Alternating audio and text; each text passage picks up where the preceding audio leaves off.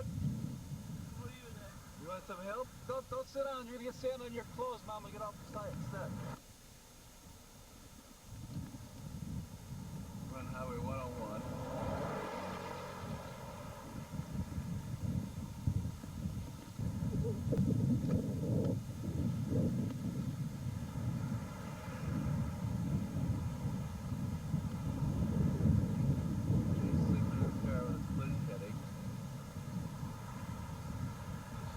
Run down to the beach.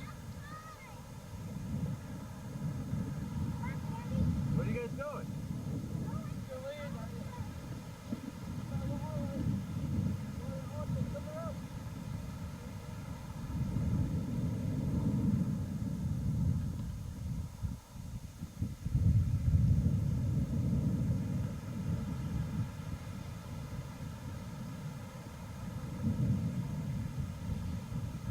Kind of cold. I thought it was about 60 degrees right now, although the sand's real warm.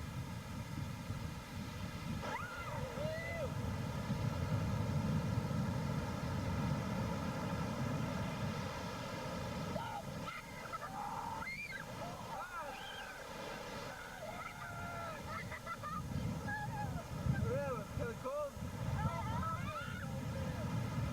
That is cold water, huh?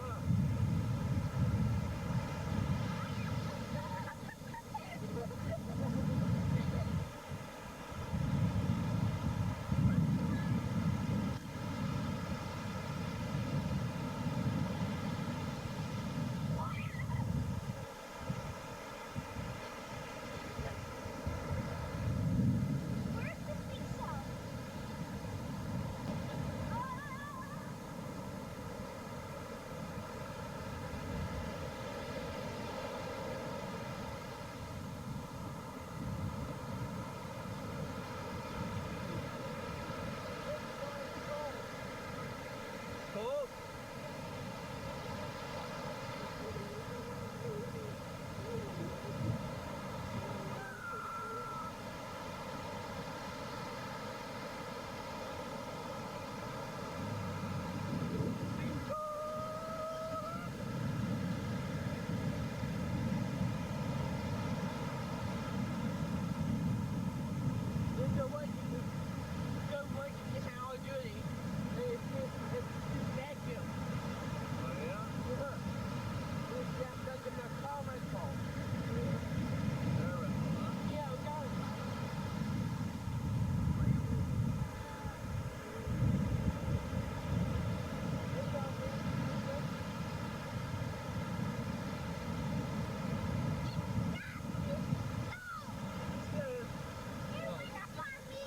Guys, where are we? San Francisco. Coventry Inn. Just got here. Poor Jeannie's got a splitting headache. She's sick. And here we are. Hi, what's your name? Cool. Okay, bye-bye.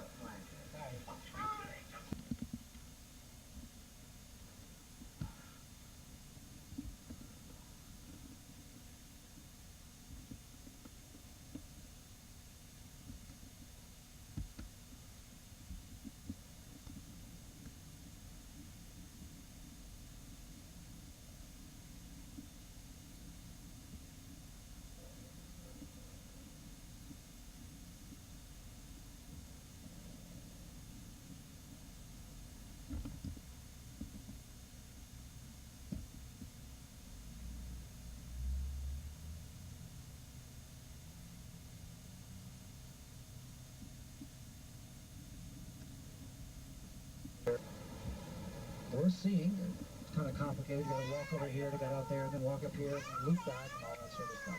What about the restaurants that they work? Oh, you're... Come on, guys, I've heard everything from playing cards, to looking at statues of guys bathing, to gossiping, to having hangovers, to crying, to hanging on for dear life. It's streetcar stations here in the city, permanent buildings. A lot of them copied this style, which is Roman, Greek, Aztec, Maya, Spanish, Mexican, Toltec, I mean, you name it, all manner of, it's in a wetland, a marsh. marsh in a swamp? See me later, I'll explain. Look left at this sign here. Bet you haven't seen that in a while. When a gas station becomes wetland, Okay, go ahead. 1/3 of all the San Francisco Bay has been filled in. This is just a tiny little sliver that they're recovering. It's not that way. The Golden Gate Bridge there, when it opened in 1936, took 3 years to build. It was the longest single-span suspension bridge in the world. That is the distance between the two towers, hanging out over space, 4,200 feet. The towers were the tallest structures west of the Mississippi, 750 feet tall, only superseded by the Space Needle in Seattle, built in the early 60s. Tidal range is about 14 feet underneath. The tide goes up and down about 14 feet maximum range. The current in and out of the channel is about 14 miles per hour, both directions, twice a day in both directions. This is an old Army airstrip right here, this asphalt. Not good enough to defend against the Japanese Navy after Pearl Harbor. The military knew that. They built big gun emplacements on the ridge up here to the left behind the trees, and on the hill up there in the fog. Guns aiming out at sea, guns aiming at the entrance to the bay. Halfway through the war, some military genius suddenly realized that his gunners could blow up Francisco to the hilly wooded islands in the middle of the bay, Yerba Buena Islands, and then in a second construction pattern it goes on to the East Bay. It's all girders. That second construction pattern. That's where the 50-foot section fell in the 1989 earthquake. You see the towers there? And then left. The last high rock. We're going to be going down to the edge of the water now to Fort Point, built to defend this newly acquired U.S. territory from whomever would come along in the 1840s. This is a standard government issue fort. It's a same except in the Beers case, you won't drown. The current is coming in. You can see that red buoy leaning to the right. The fishing boat going out is fighting it. That south tower is built in 180 feet of water. The water underneath the middle of the bridge is a third deeper than the deck is off the water. It's a prehistoric river valley that's been submerged. Notice hanging underneath the deck of the bridge those maintenance platforms. They roll back on rails, and it's from there that they sandblast the rust and old paint off the bridge. You see the yellow tarps and the nets hanging under them to catch any worker that slips and falls? You become a member of the Halfway to Hell Club if you fall into those nets. Better than falling and hitting the water, because you'll be going about 187 miles an hour if you hit that water. And at that speed, it doesn't matter if you belly flop or swan dive. It's just like...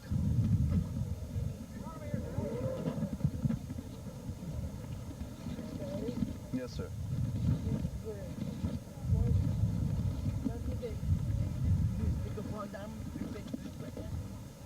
It would if it did, yeah.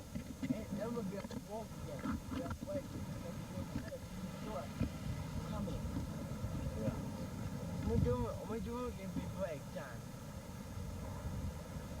I don't know. Let's stay down here and take a picture. That is I'm not sure. quick. I don't know. No, really, come on. What is Bill doing?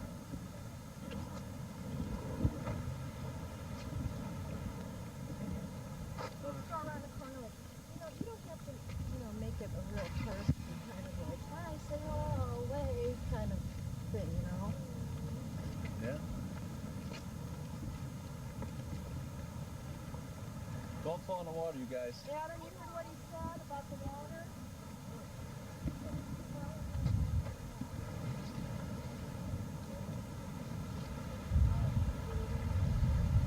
All right, let's go. I'll follow you.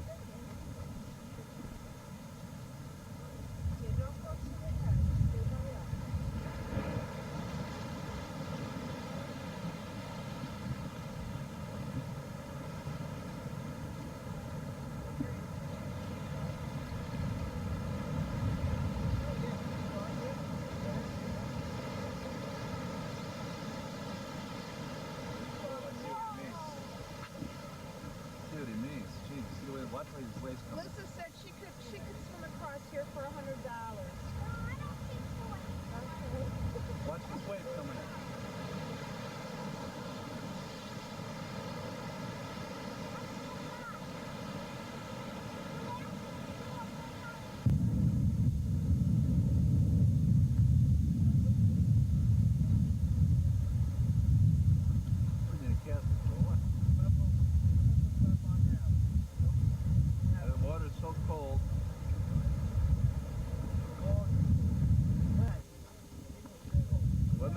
that an earthquake?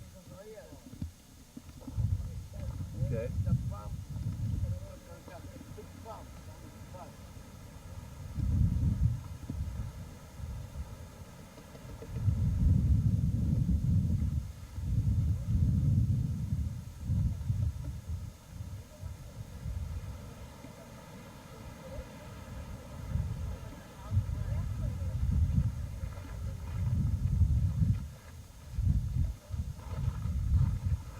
Okay, young man. Daddy. Yes, sir.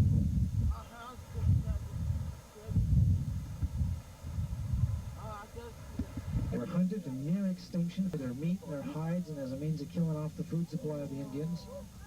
Almost went extinct. There were only 1,000 buffalo left. Now they're breeding nicely.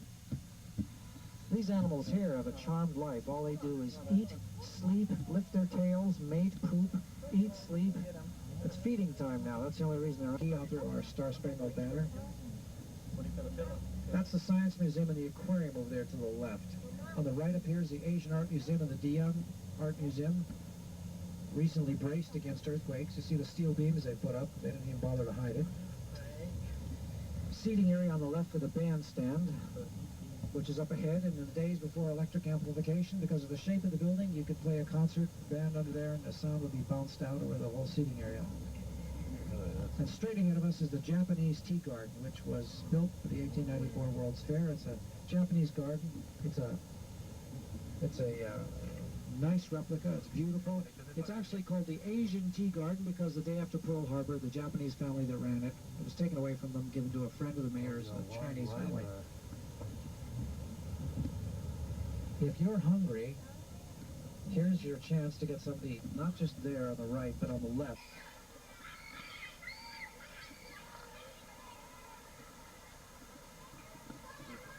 Cleveland time.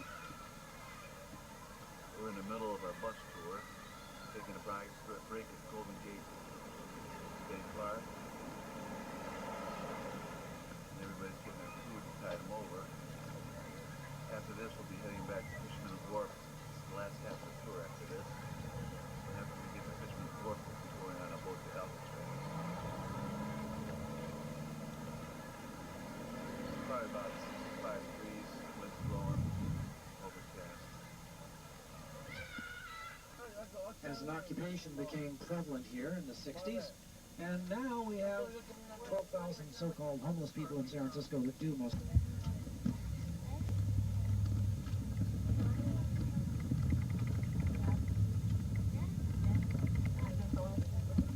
The sun is shining there. Why?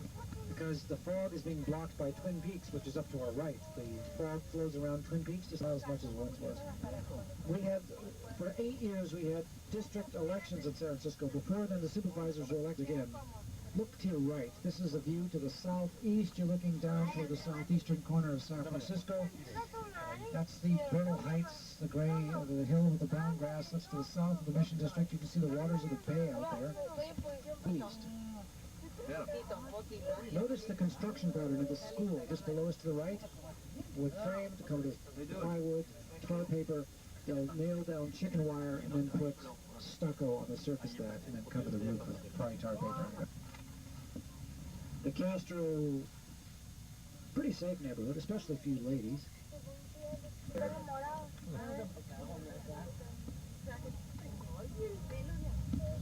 Building 853 feet tall. Just to the right is the chocolate brown Bank of America building. Mission High School, the immediate left, built in the mid-20s. The film, he follows her around when she's in that sort of trance-like state. He follows her to the old Spanish graveyard. It's there, behind that wall. No grave of Carlotta Valdez, though. This is the old Mission. How has it survived all this time? It's made of that amazing building material, mud bricks mixed with straw, baked in the sun. But the walls, the base, are 8 feet thick. It's just a sheer mass of it. Also going downhill, you grab the cable. That limits your downhill speed to 9 miles an hour. And this in turn helps counterbalance the whole thing, pulling the cars uphill in the opposite direction. An empty cable car can pull... Yeah, look straight back. Watch the vehicle go over.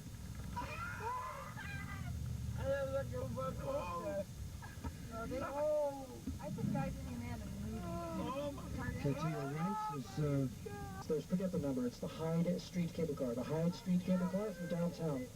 I'd suggest you get up early tomorrow morning and take that cable car north toward Fisherman's Wharf before 7:30 in the morning. You'll have the whole cable car to yourself. You can change seats. You can watch the guy run the control. Fast-paced, they're dynamic. Make sure they have English subtitles. Remember the first time you saw a Bruce Lee film? How fast-paced they were, how different? These films are well worth seeing. Go see them. The stuff they sell at the candy counter, you will not believe.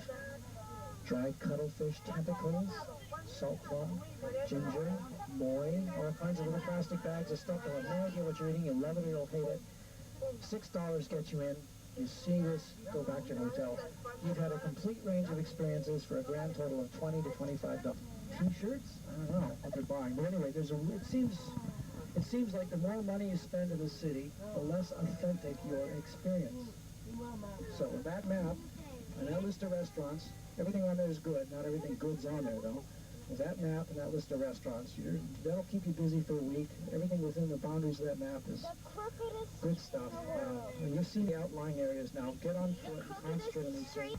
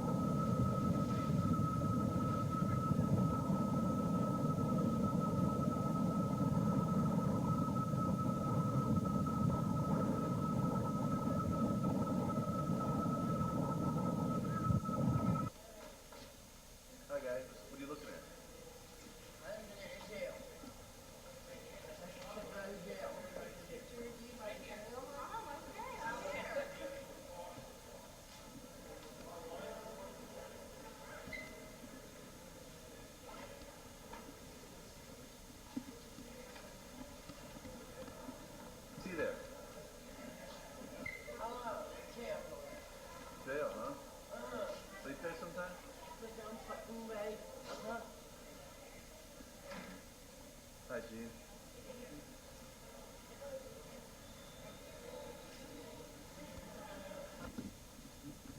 Hey, what are you looking at? The jail.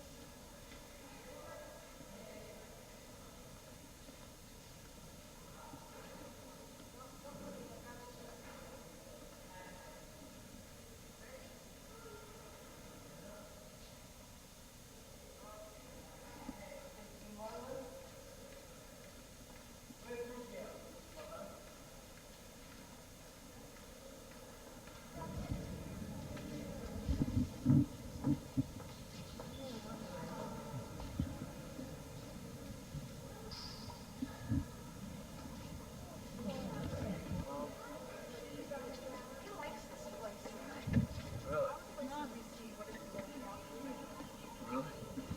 There's a lot of steps up